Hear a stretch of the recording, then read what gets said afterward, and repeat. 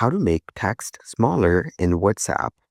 To get started, first of all, you need to open the Settings application on your phone. Then, you need to go to the Control Center. Once you're here in this page, scroll all the way down. Tap on the plus icon to add the option Text Size in the Control Center. Close Settings. Then, open up the WhatsApp application on your phone. Once you're in this page, you can view all your chats. Open any chat from the list. Here, you can see that the chat is a normal size.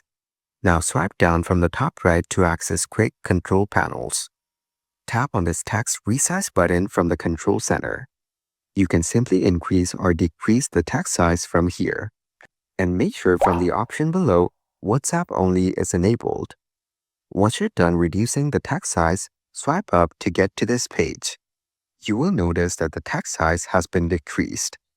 So, by following these steps, you can easily make text smaller in WhatsApp.